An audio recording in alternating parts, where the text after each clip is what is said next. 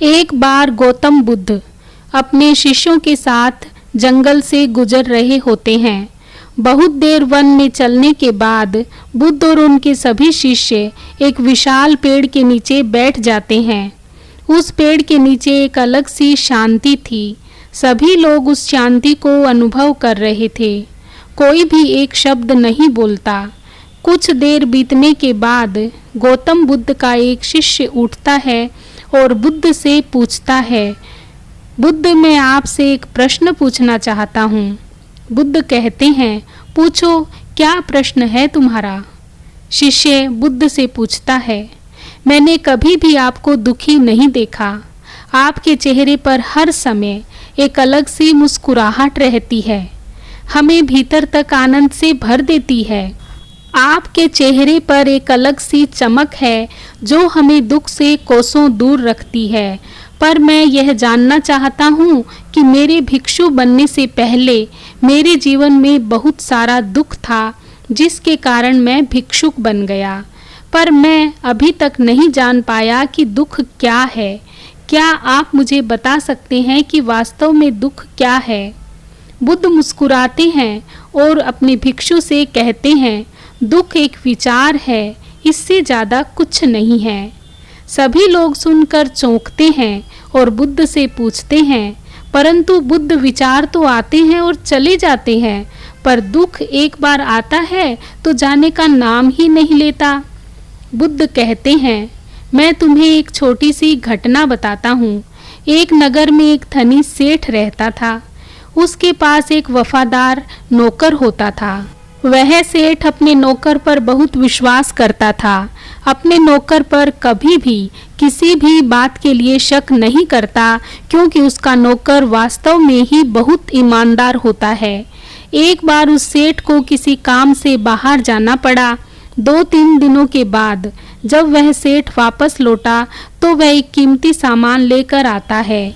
वह उस कीमती सामान को अपने कमरे में बड़ा सजा कर रख देता है और अपने नौकर से कहता है, तुम्हें खास तौर पर इस चीज़ का ध्यान रखना है। ध्यान रहे यह टूटे नहीं, यह मेरा बहुत प्रिय है। नौकर कहता है, मालिक, मैं पूरा ध्यान रखूंगा, आप चिंता ना कीजिए। अगले ही दिन नौकर पूरे घर की सफाई कर रहा होता है। सफाई करते करते वह सेठ की उस कीमती चीज़ के पास पहुंचता है और उसकी भी सफाई करने लगता है। सफाई करते वक्त वह कीमती चीज़ उस नौकर के हाथ से फिसल जाती है और नीचे गिर जाती है। सेठ को यह बात पता चलती है और वह नौकर के पास आता है और नौकर को खूब डांटता धमकाता है, पर न तो वह उस नौकर को नौकरी से निकाल सकता है और ना ही उसे पीट सकता है, क्योंकि वह उसका बहुत वफादार और पुराना नौकर था। इसलिए वह डांट धमका कर ही उसे छोड़ देता है। सेठ अपने उस कीमती चीज़ के बारे में सोच सोच कर बहुत दुखी हो जाता है। रात होती है और सेठ अपने कमरे में जाकर लेट जाता है। सेठ को नींद नहीं आ रही होती है। वह बहुत बेचैन होता है। बेचैनी के कारण सेठ अपने कमरे से बाहर निकलता है और देखता है कि उसका नौकर निश्चिंत होकर खराटे लेकर सो रहा था। वह यह देखकर और क्रोधित हो जाता है। सेठ सोचता है कि इसने मेरी इतनी कीमती चीज़ तोड़ दी और इसे बिल्कुल भी चिंता नहीं है। मुझे यहाँ नींद भी नहीं आ रही है और यह आराम से सो रहा है। सेठ अपने कमरे में वापस चला जाता है। अगले दिन सुबह सेठ सोचता है, मैं इस समस्या से कैसे निकलूं? फिर सेठ को एक तरकीब समझ में आती है। वह अपने नौकर के पास जाता है और अपने नौकर से कहता है, मुझे बहुत दुख हो रहा है, यह बताते हुए कि वह जो कीमती चीज़ कल तुमने तोड़ी थी वह मैं तुम्हारे लिए लाया था। मैं चाहता था कि मैं उसे तुम्हें उपहार में दे दूं, परंतु अब क्या कर सकते हैं, अब तो वह टूट गई है। सेठ की बात सुनकर नौकर को धक्का लगा। नौकर सोचता है, अरे यह तो बहुत बड़ी गलती हो गई। वो इतनी कीमती और महंगी चीज़ मेरे लिए थी और मुझसे ही टूट गई। फिर क्या? उस नौकर के मन में बेचैनी पैदा हो जाती है, दुख पैदा हो जाता है। रात होती है और सेठ आराम से सोता है और वहाँ नौकर बेचैन रहता है। उसे नींद नहीं आती। क्यों नींद नहीं आती? क्योंकि अब उस नौकर ने उस सेठ की उस कीमती चीज को अपने आप से जोड़ लिया था, इसलिए वह दुखी हो रहा था।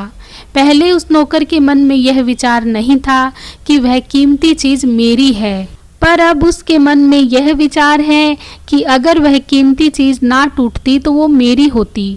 बुद्ध कहते हैं, दुख केवल एक विचार है और यह विचार कैसे उत्पन्न होता है?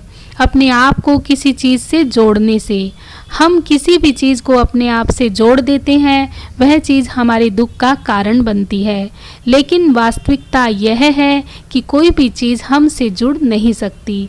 हर चीज आपके पास है, आपकी है, पर कुछ समय के लिए। कुछ समय के बाद वह आपसे दूर हो जाएगी। उस दूर होने की घटना को स्वीकार करें और आगे बढ़ें।